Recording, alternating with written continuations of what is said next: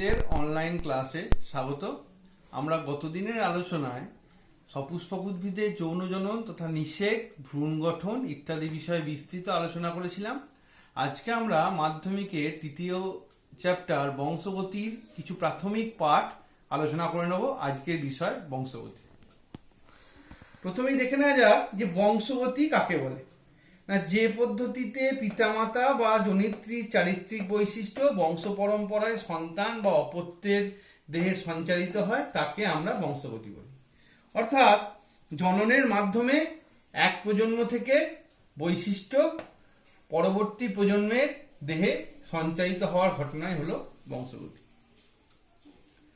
পিতামাতার বৈশিষ্ট্যাবলী সন্তান সন্ততির দেহে সঞ্চারিত হয়, এটা তো শাশ্বত ঘটনা। একই পরিবারের সদস্যদের চেহারায়, উচ্চতায়, চোখের মনির রং, চুলের রং ইত্যাদি ক্ষেত্রে অনেক মিলও লক্ষ্য করা যায়, যেটা বংশগতভাবে সঞ্চারিত হয়। কিন্তু আমরা দেখেছি যে একই প্রজাতিভুক্ত জীবের দেহে বিভিন্ন রকমের চারিত্রিক বৈশিষ্ট্যের বিভিন্নতা লক্ষ্য করা যায়। সেটা কি না, জিনের মাধ্যমে বা পরিবেশগত কারণে একই প্রজাতিভুক্ত জীবদের চারিত্রিক বৈশিষ্ট্যের যে বিভিন্নতা বা পার্থক্য লক্ষ্য করা যায় তাকে আমরা প্রকরণ বলি। অর্থাৎ একই প্রজাতির বিভিন্ন সদস্য, তাদের মধ্যে আমরা চারিত্রিক বৈশিষ্ট্যের বিভিন্নতা লক্ষ্য করতে পারি। এরপরে আসছি পরিব্যক্তি বা মিউটেশন। জীবকোষের প্রোটোপ্লাজমের জিনগত সংগঠনের আকস্মিক স্থায়ী সঞ্চরণযোগ্য যে পরিবর্তন তাকে পরিব্যক্তি বা মিউটেশন বলে। এই মিউটেশন প্রকরণ সৃষ্টিতে সহায়ক ভূমিকা পালন করে এবং এই প্রকরণ এবং পরিব্যক্তির মাধ্যমে এই যে জিনগত সংমিশ্রণ এবং ফলে এই বংশগতি, যার মাধ্যমে বৈশিষ্ট্যগুলি এক প্রজন্ম থেকে অন্য প্রজন্মে সঞ্চারিত হয়, এবং এই প্রকরণ এবং পরিব্যক্তি এক্ষেত্রে অত্যন্ত গুরুত্বপূর্ণ ভূমিকা পালন করে। এরপরে আমরা আসব যে বংশগতি সংক্রান্ত বিস্তৃত আলোচনায় যাওয়ার আগে বংশগতি সংক্রান্ত কিছু শব্দবন্ধ সম্পর্কে আমরা পরিচয় করে নেব।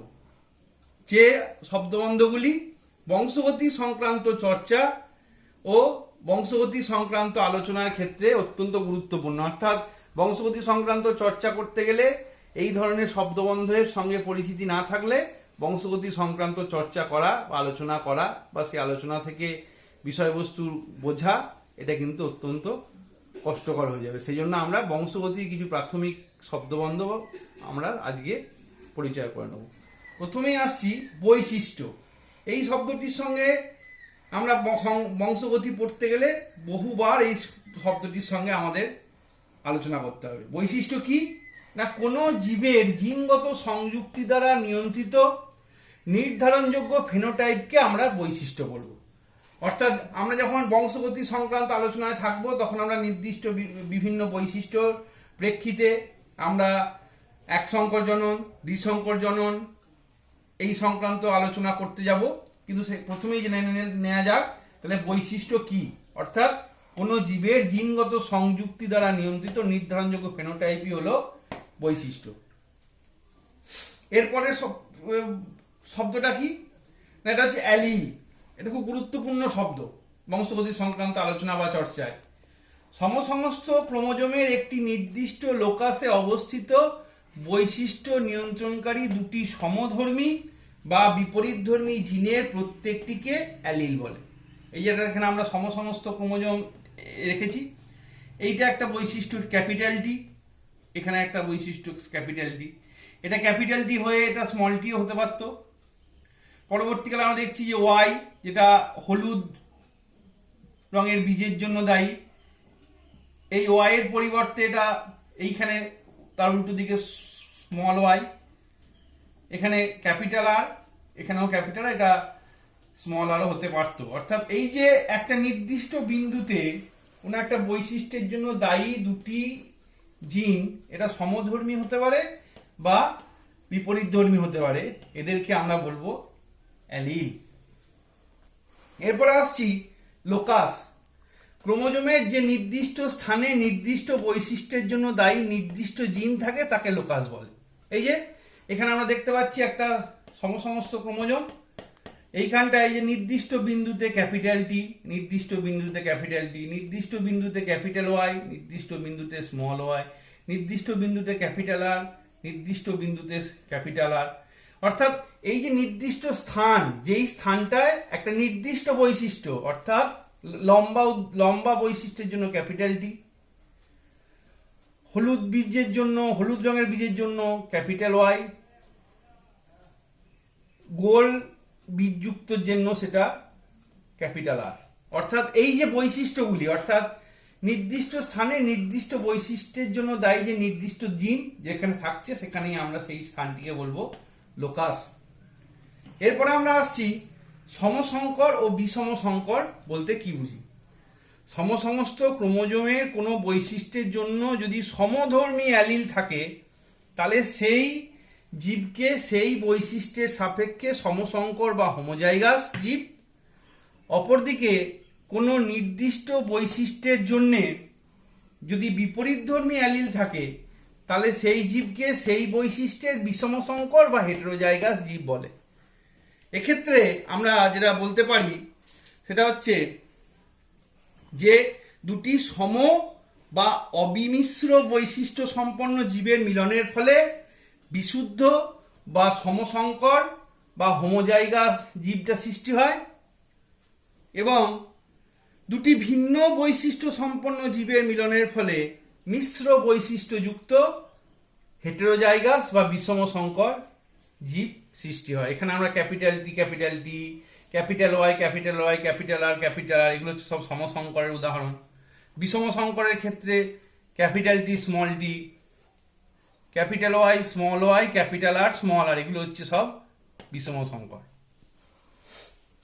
এরপরে আমরা আসছি প্রকট ও প্রচ্ছন্ন বৈশিষ্ট্য বলতে কি বুঝি।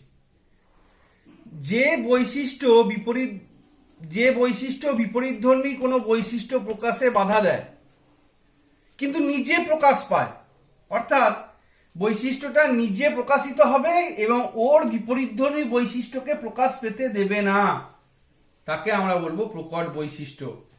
এবং যে বৈশিষ্ট্য প্রকট বৈশিষ্ট্যের উপস্থিতিতে প্রকাশ পায় না, সুপ্ত অবস্থায় থাকে, তাকে আমরা বলবো প্রচ্ছন্ন বৈশিষ্ট্য।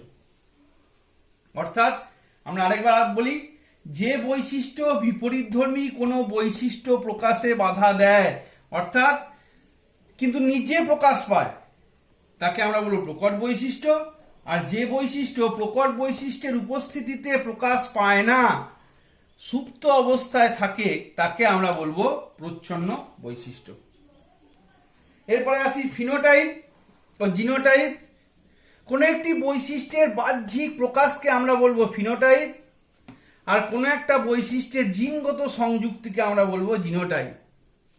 অর্থাৎ বৈশিষ্ট্যের বাহ্যিক প্রকাশ হলো ফিনোটাইপ, যেটা আমরা চোখে দেখতে পাচ্ছি যে বৈশিষ্ট্যটা, এবং সেই যে চোখে দেখা বৈশিষ্ট্যের যে জিনগত সংযুক্তি, সেই জিনগত সংযুক্তিকে আমরা বলবো জিনোটাইপ।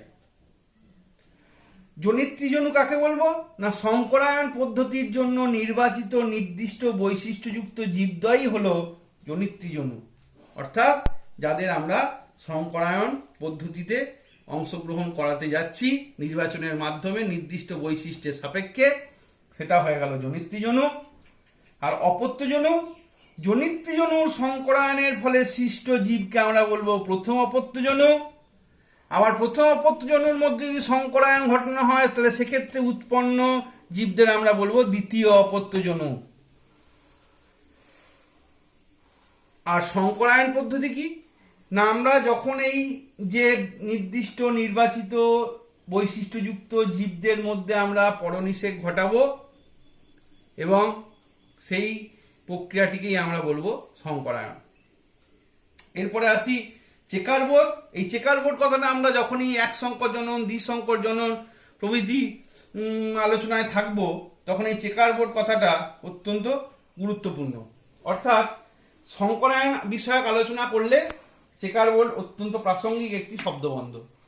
তাহলে চেকার বোর্ডটা কি না, সংকরায়ন পদ্ধতিতে প্রচলিত ও সুবিধাজনক বর্গাকার যে ছকের সাহায্যে বিভিন্ন সংকরায়ন সংক্রান্ত ফলাফল বিশ্লেষণ করা হয় তা চেকার বোর্ড নামে পরিচিত।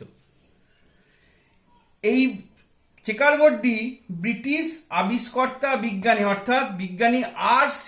পানেট প্রথম এই চেকার বোর্ডটি আবিষ্কার করেন এবং তার নাম অনুসারে এই চেকার বোর্ডটি পানেট স্কোয়ার নামেও পরিচিত। এই চেকার বোর্ডের মাধ্যমে আমরা বংশগতি সংক্রান্ত বিভিন্ন পরীক্ষা নিরীক্ষার ফলাফল বিশ্লেষণ করে থাকি।